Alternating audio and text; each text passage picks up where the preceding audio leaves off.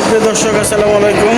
অবশেষে উদযাপিত হচ্ছে ঢাকা সাব এডিটর্স কাউন্সিলের ফ্যামিলি ডে অনুষ্ঠান। এই যে দেখুন, নানা আয়োজনে উৎসব মুখর পরিবেশে অনুষ্ঠানটি হতে যাচ্ছে। সুপ্রিয় দর্শক, ভিডিও নিচ্ছি।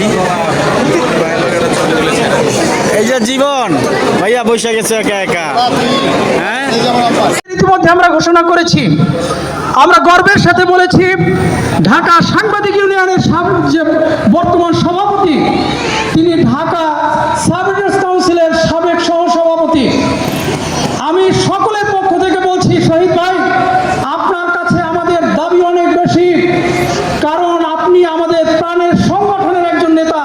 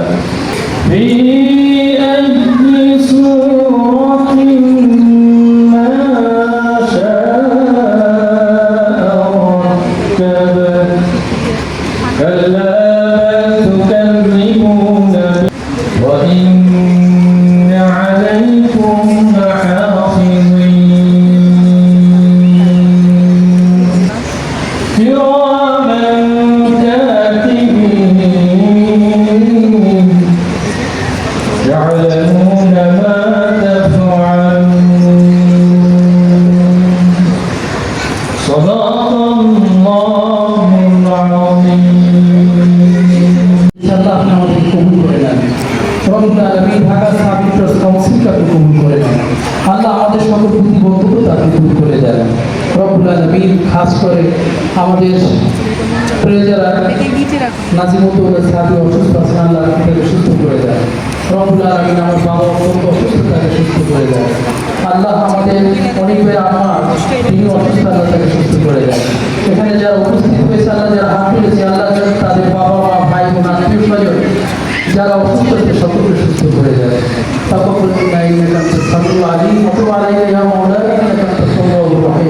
সুবহান রাব্বিকা রাব্বিল ইজ্জাতি আম্মা ইয়াসিফুন ওয়া সালামুন আলাল মুরসালিন আলহামদুলিল্লাহি রাব্বিল আলামিন। কতটুকু আসলে অ্যাক্টিভিটি আপনারা পান, কিন্তু এই কমিটিতে আমরা সবাই সামনে না থাকতে পারলেও ফোনে যোগাযোগ করতে পারি এবং সব কিছু দেখে যাওয়া ধন্যবাদ। আগে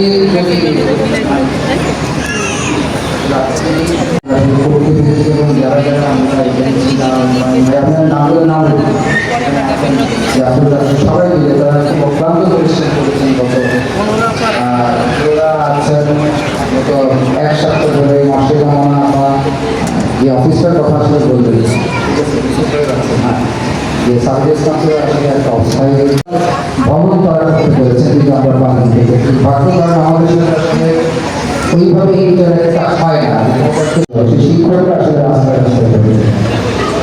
এটা আপনাদের কাছে দাবি। সাধারণ সম্পাদক যেভাবে বলেছেন আমি তার মধ্যে জবাবি বক্তব্য দিতে পারি না। আর থ্যাংক ইউ সবাইকে ধন্যবাদ, কমিটির সবাইকে এত কষ্ট করার জন্য, এত সুন্দর একটি প্রোগ্রাম করার জন্য। অনেকগুলি বিচ্যুতি থাকে, এত বড় একটা প্রোগ্রাম ম্যানেজ করতে গেলে সমস্যা দেখা যায়, কিন্তু ডিসিপ্লিন হয়তো তৈরি হয়। যত কিছু নেগেটিভ আপনারা দেখতে পেয়েছেন, তার সব দায়ভার আমার একজন সভাপতি হিসাবে। আর যতটুকু পজিটিভ, যতটুকু ভালো, তা কমিটির সাধারণ সম্পাদক থেকে শুরু করে সব ধন্যবাদ। আমি আর দীর্ঘায়িত না করি, আমরা কি নাই কিছু কথা বলি।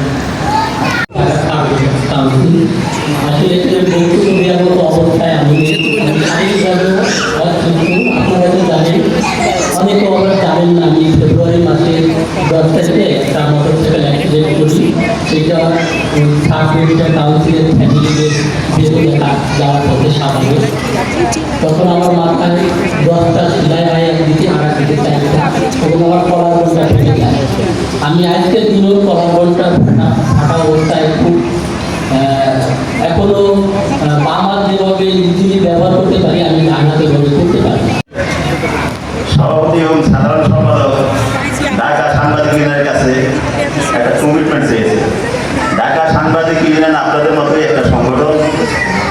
সাংবাদিকদের রুজি আন্দোলন, গণতন্ত্র পুনরুদ্ধার আন্দোলন সহ মানবতা বিরোধী যে কোনো কর্মকাণ্ডের বিরুদ্ধে ঢাকা সাংবাদিক ইউনিয়ন সবসময় সোচ্চার ছিল, সোচ্চার আছে, সোচ্চার থাকবে। সাংবাদিকরা যখন কোথাও কোনো নির্যাতিত নিপীড়নের শিকার হয়, সেই জায়গায় ঢাকা সাংবাদিকের অত্যন্ত সোচ্চার কণ্ঠে তার প্রতিবাদ করে, এবং যারা নির্যাতিত হয়, বঞ্চিত হয়, সেই সব সাংবাদিকদের পাশে দাঁড়ায়। এটা হলো ঢাকা সাংবাদিক ইউনিয়নের কর্মকাণ্ডের অন্তর্ভুক্ত। আমরা আপনাদেরকে পুরো একটা প্রাতিষ্ঠানিকভাবে প্রতিষ্ঠান, আপনাদের মাথা ঘুরানোর জায়গা দেওয়ার মতো এমনিটি ঢাকা সাংবাদিক ইউনিয়নের নেই। যে কথাটি আপনারা বলেছেন, ঢাকা রিপোর্টার সিভিটি ইতিমধ্যে সরকারের একটি খাট জায়গা, তারা তাদের নিয়ন্ত্রণ। সাবেক নেতৃবৃন্দ এখানে উপস্থিত রয়েছেন এবং বর্তমান কমিটির নেতৃবৃন্দ রয়েছেন, সবাইকে ধন্যবাদ জানাচ্ছি। এই কারণে ধন্যবাদ জানাচ্ছি যে এই বর্ষার দিনে যে এরকম চমৎকার পিকনিকের আয়োজন করা যায়, এই অভিজ্ঞতা আগে আমাদের অনেকেরই হয়তো ছিল না। তো আজকে আমি দেখলাম যে আমি একটি সংখ্যা প্রকাশ করেছিলাম যে বর্ষা, একদিকে গরম আর একদিকে বর্ষা, এর ভিতরে ঢাকা সাব ডিভিশন কাউন্সিল একটা হিরো হল। এই সাব ডিভিশনদেরকে যাদের কাজকর্ম বাইরে খুব দৃশ্যমান কম হয়, বাইরের লোকজন যাদেরকে খুব কম চিনে, আজকে যারা এই রাষ্ট্র পরিচালনার সাথে সম্পৃক্ত থাকেন, বিভিন্ন ক্ষমতার আসনে থাকেন, তারা এই সাবডিভিশনদেরকে সরাসরি চিনেন না, তারা চিনেন রিপোর্টারদেরকে। যার কারণে সব যত সুযোগ সুবিধা আছে রাষ্ট্রীয়, সেই সুযোগ সুবিধাগুলো রিপোর্টার সদস্যরা পান, কিন্তু মূল কাজটা যে টেবিলে বসে যারা করেন, তাদের সাথে সম্পর্ক দূরত্ব থাকার কারণে সেই সুযোগে কিছুই তারা পান না, আমি বলবো। তো সেক্ষেত্রে যাদের সুযোগ রয়েছে এই কাউন্সিলে